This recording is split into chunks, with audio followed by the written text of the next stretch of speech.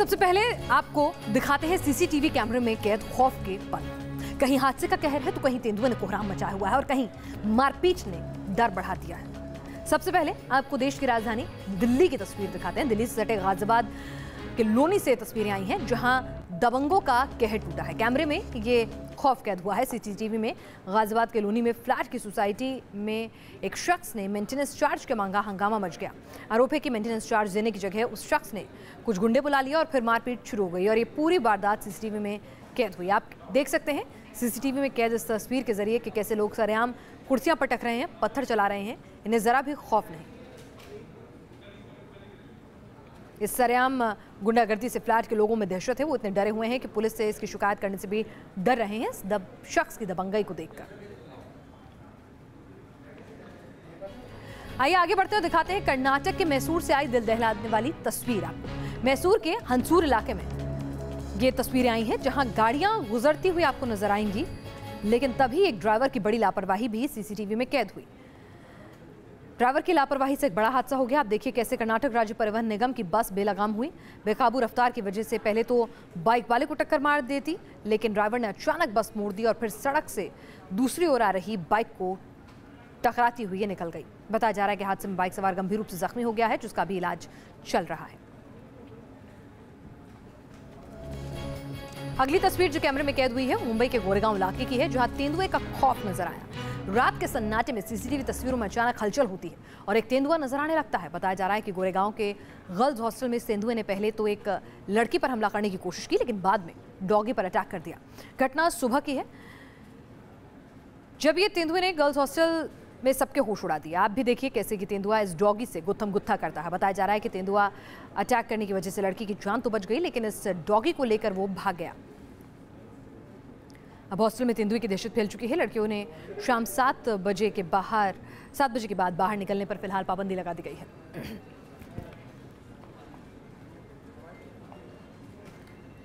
सुबह 4:30 पौने 5 बजे हुआ सब जी। वो तो आप लोग ड्यूटी करते तो आप लोगों को डर लगता है? डर लगता है ना सब। इधर का कुछ हमारा जो बंदोबस्त हमारा अभी तक कुछ भी नहीं है जी। जो हमारे जो पुलिस लोग है जी, तो उन लोगों ने हमको ऐसा अधिकारी दिया है रात को टाइम अंदर बैठ जाओ और बाहर मत आओ करके हमारा अधिकारी ने हमको बोला है जी। तो भी हमको यहाँ बाहर बैठना डर लगती है। और आगे बढ़ते हैं, बात एमपी के किसान आंदोलन की करते हैं, जिसके दौरान फायरिंग के बाद एक सप्ताह बाद सीएम शिवराज सिंह चौहान पीड़ित परिवार से मिलने के लिए मंदसौर के बड़वन पहुंचे। वहां मुख्यमंत्री ने लोगों के बीच संवेदनाएं प्रकट की। वहीं भीड़ को भड़काने वाली विधायक शकुंतला खटीक पर दबिश के लिए पुलिस ने अब छापेमारी भी तेज कर दी है। किसान आंदोलन के दौरान मिले जख्म और दर्द मंदसौर में अभी भी दिखाई पड़ रहे हैं। तकलीफ की इस घड़ी में पीड़ितों की मिजाज पुरसी के लिए खुद मुख्यमंत्री शिवराज सिंह मंदसौर के बड़वन पहुंचे। शिवराज के वहां पहुंचने से पहले इलाके में लगा कर्फ्यू हटाया गया। मंदसौर पहुंचने के बाद मुख्यमंत्री ने पीड़ित परिवार से मुलाकात की और तसल्ली दी। संवेदना प्रकट करने में आया था, उनसे चर्चा हुई। पुलिस की गोलीबारी में मंदसौर में 6 किसानों की मौत हो गई थी।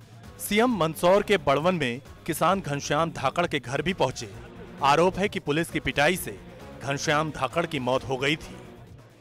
किसान संघ रैली चल रही थी, निकल रही थी, उसमें उनको पुलिस वालों ने ले जाके थाने में ले जाके उनको इतना पीटा साहब, उनको दोनों हाथ पैर तोड़ दिए, न तो पानी पिलाया, कुछ पानी के लिए उनकी जान निकल गई साहब। उन्होंने पुलिस वालों ने जान ले ली उनकी साहब। सीएम ने पीड़ित परिवार से मुलाकात की और उन्हें हर मुमकिन मदद का भरोसा भी दिलाया। दादाजी से बोला कि वो मैं तुम्हारी जो सारी समस्या है मैं पूरी करूंगा और जो भी आपके जो खेत गिरवे पड़े हैं वो मैं छुड़वाऊंगा। पिछले दिनों मंदसौर कर्ज माफी और उचित एमएसपी के मुद्दों पर किसान आंदोलन का केंद्र बन गया और इस मामले पर राजनीतिक घमासान भी छिड़ गया है। किसानों पर फायरिंग के विरोध में कांग्रेस का प्रदर्शन जारी है। कांग्रेस नेता ज्योतिरादित्य सिंधिया ने किसानों के समर्थन में सत्याग्रह शुरू कर दिया है। भोपाल में सिंधिया का सत्याग्रह 3 दिनों तक चलेगा। कर्ज माफी समेत समर्थन मूल्यों जैसी मांगों को लेकर प्रदर्शन कर रहे किसानों पर 6 जून को मंदसौर में पुलिस ने फायरिंग कर दी थी, जिसमें 6 किसानों की मौत हो गई थी। किसानों की मौत के बाद आंदोलन ने और उग्र रूप ले लिया। भीड़ को भड़काने की आरोपी विधायक शकुंतला खटीक के घर पुलिस ने छापे मारे, लेकिन वो नहीं मिली। करेरा विधायक शकुंतला खटीक पर भीड़ को हिंसा के लिए उकसाने का आरोप लगा है। राज्य में शांति बहाली के मकसद से मुख्यमंत्री शिवराज सिंह चौहान बीते शनिवार उपवास पर बैठे थे। उन्होंने लगभग 27 घंटे के बाद अपना उपवास तोड़ा था। शिवराज सिंह चौहान ने कहा था कि हिंसा के लिए किसान जिम्मेदार नहीं है। शिवराज ने आरोप लगाया कि कांग्रेस की साजिश से आंदोलन हिंसक हुआ। मंदसौर से नीरज श्रीवास्तव के साथ टीम न्यूज नेशन। और अब बात करते हैं पाकिस्तान की एक और नापाक हरकत की। सरहद पर सीजफायर का उल्लंघन करता है, आतंक की पैरोकारी करता है और अब चीन के साथ मिलकर सिंधु नदी के पानी पर साजिश रच रहा है पाकिस्तान। जी हां, हिंदुस्तान के तमाम विरोध के बाद भी पाकिस्तान सिंधु नदी पर एक और डैम बनाने की तैयारी कर रहा है। बताया जा रहा है कि गिलगित बल्तिस्तान में पाकिस्तान दियामेर बाशा डैम बनाने का काम जल्द शुरू कर सकता है और इसमें उसकी मदद कर सकता है पाकिस्तान का सदाबहार दोस्त चीन।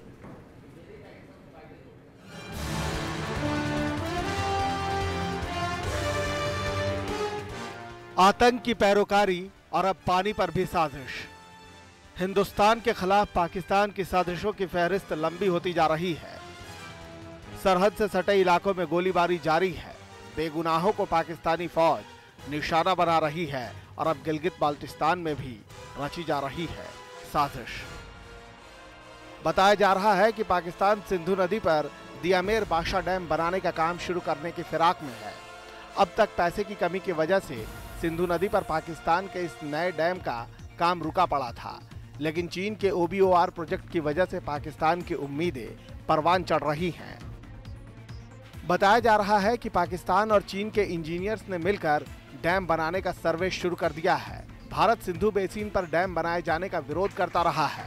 भारत के ऐतराज को वर्ल्ड बैंक और एशियन डेवलपमेंट बैंक ने भी माना और पाकिस्तान को 14 अरब डॉलर का कर्ज देने से इनकार कर दिया। लेकिन पाकिस्तान और चीन ने भारत की चिंताओं को एक बार फिर दरकिनार कर दिया है। जब हम किशन गंगा और राटले अपना हाइड्रो इलेक्ट्रिक प्रोजेक्ट और डैम बनाने की बात कर रहे हैं तो वो पाकिस्तान को बहुत बौखला रहा है।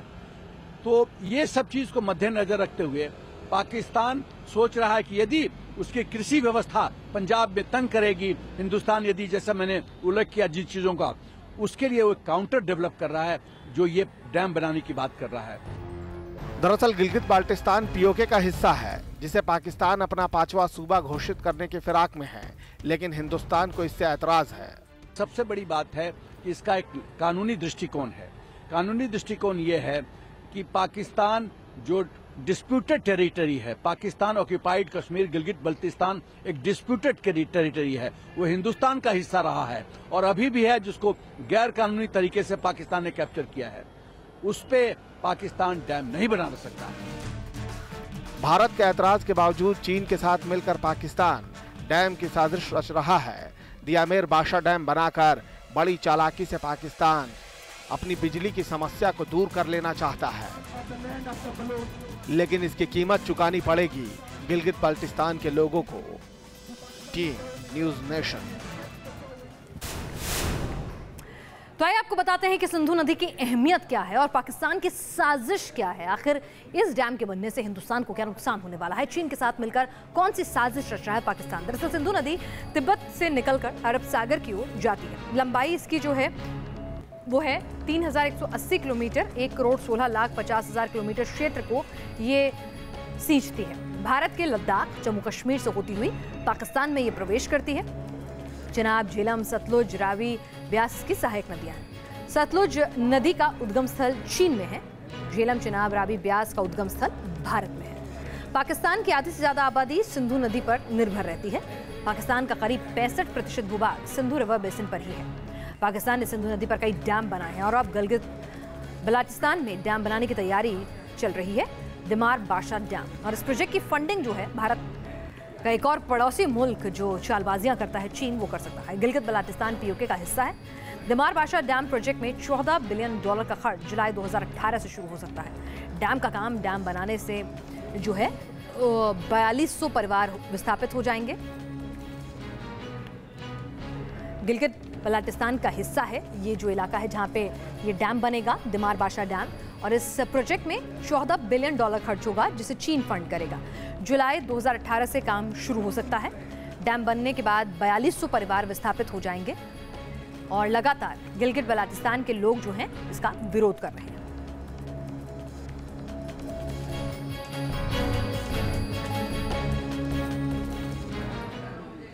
आगे बढ़ते हैं। 21 जून को योग दिवस से पहले मोदी सरकार की गर्भवती महिलाओं को दी गई सलाह विवादों में आ गई। आयुष मंत्री श्रीपद नाइक ने एक बुकलेट जारी की है जिसमें सेहतमंद बच्चा पाने के लिए सेक्स से दूर रहने, अंडा ना खाने की सलाह दी गई है, जिस पर विपक्ष हमलावर है। योग दिवस से पहले सियासी संग्राम। गर्भवती महिलाओं को मोदी सरकार की सलाह सियासत में नए हंगामे की वजह बन गई है। आयुष मंत्री श्रीपद नाइक ने एक बुकलेट जारी की जिसमें सेहतमंद बच्चा पाने के लिए गर्भवती महिलाओं को कुछ सलाह दी गई। मंत्रालय का सुझाव है कि सेहतमंद बच्चा पाने के लिए गर्भवती महिलाओं को काम वासना से खुद को अलग रखना चाहिए। गर्भावस्था के दौरान मांसाहारी खाने से दूर रहना चाहिए। अपने आसपास की दीवारों पर सुंदर तस्वीरें लगानी चाहिए। गर्भावस्था के दौरान बुरी सोहबत से भी दूर रहना चाहिए। आयुष मंत्रालय की इस सलाह पर सियासत गर्म है और विपक्ष हमलावर। मुझे बड़ा अफसोस के साथ कहना पड़ता है कि ये लोग मिनिस्ट्रियां चला रहे हैं या लोगों के बेडरूम में झांक कर देख रहे हैं, घरों के किचन में झांक कर देख रहे हैं, और वहाँ क्या पकता है, क्या खाया जाता है, क्या होता है, उससे सरकार का क्या लेना देना है। इस तरह की सलाह दे रहे हैं डॉक्टरों के खिलाफ। इंडियन मेडिकल एसोसिएशन के भीष्म पितामह हो गए, मेडिकल काउंसिल ऑफ इंडिया के भीष्म पितामह हो गए। अब तो एम्स सब बंद कर देने चाहिए। काहे के लिए एम्स चलाएंगे ये सरकार? सियासत हावी है, लेकिन बीजेपी कह रही है ये कोई दबाव नहीं बल्कि सुझाव है।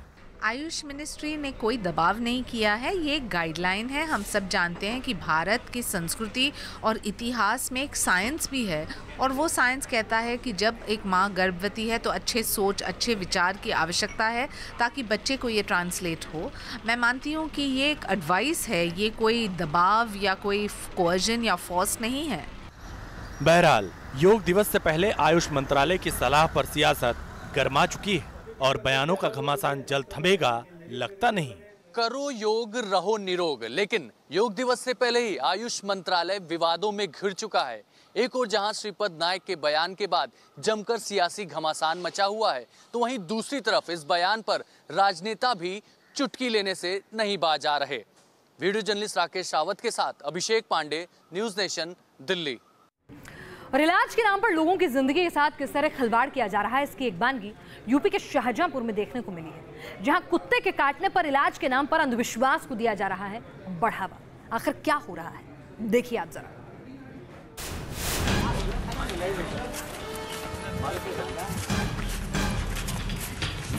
अंधविश्वास के नाम पर क्या इंसान, क्या बेजुबान, सभी की जिंदगी को दांव पर लगाया जा रहा है।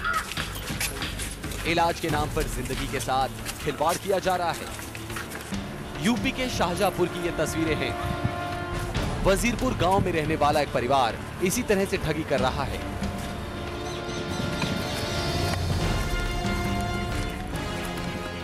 परिवार का दावा है कि कुत्ते के काटने पर अगर मरीज किसी भी सदस्य के पैरों के नीचे से 7 बार निकल जाए तो रेबीज जैसी बीमारी से बच सकता है। तो किस तरीके के लोग आपके पास इलाज के लिए आते हैं, आप कैसे करके इलाज करते हैं उनका? हम टांग के नीचे निकालते हैं 7 दफे, उस पर कुत्ता काटे का असर नहीं होगा। फिर लोगों की आंखों पर जैसे पर्दा पड़ा है, तभी तो बिना सोचे ये अपनी जान को दांव पर लगा रहे हैं। इलाज के नाम पर तो ये लोगों की जिंदगी से खिलवाड़ कर ही रहे हैं, साथ ही ये भोले भाले लोगों की जेबों पर भी डाका डाल रहे हैं।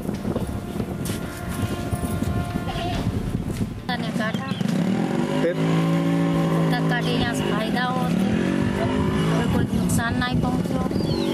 सब कोई आओ तो जानवर काटे या जैसे किसी चीज काटे, सब चीज के लिए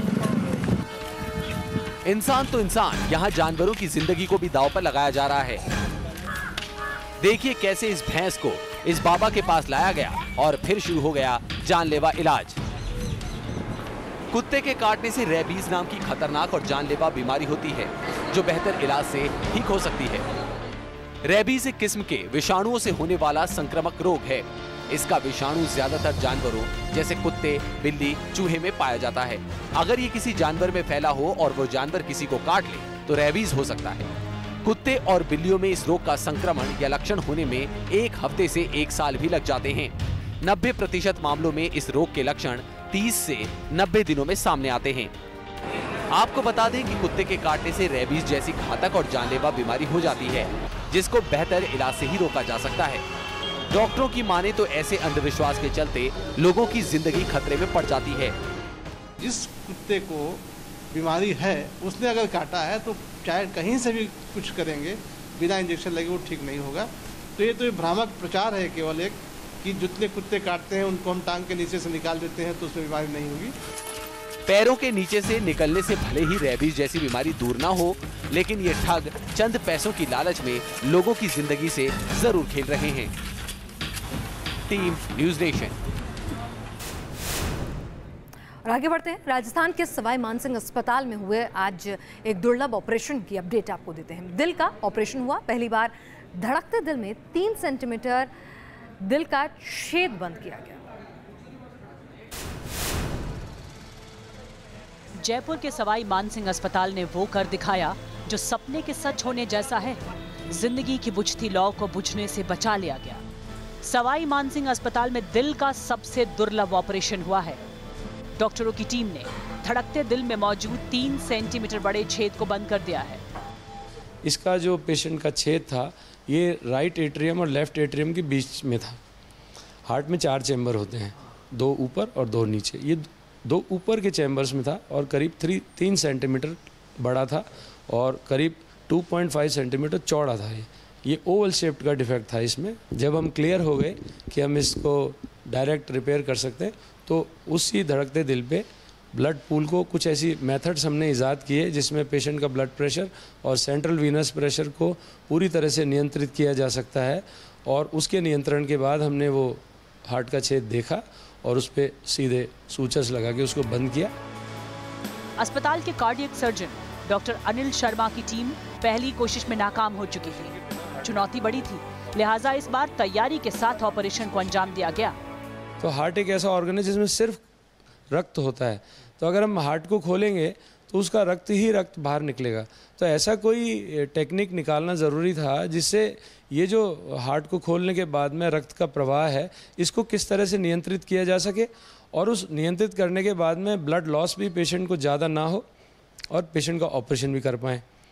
तो ये हमने टेक्निक ईजाद की। इस पे रिसर्च हमारी करीब 1 साल से चल रही है। दरअसल करौली के बबलू को बचपन से दिल की गंभीर बीमारी थी। इस कारण उसे सांस लेने में परेशानी होती थी, लेकिन ऑपरेशन के बाद उसकी सेहत में सुधार है। डॉक्टर अनिल शर्मा ने बताया कि ऑपरेशन के दौरान मरीज के दाईं एंट्रियम को हार्ट की झिल्ली से एक नस बनाकर खोला गया ताकि खून को बहने से रोका जा सके। इसके बाद छेद को नई तकनीक से बंद कर दिया गया। डॉक्टरों का दावा है कि इस तकनीक का इस्तेमाल अभी तक दुनिया में कहीं नहीं हुआ है। जयपुर से लाल सिंह फौजदार के साथ टीम न्यूज़ नेशन। तो ये थी देश और दुनिया की हर बड़ी खबर हर पहलू के साथ नेशन व्यू में।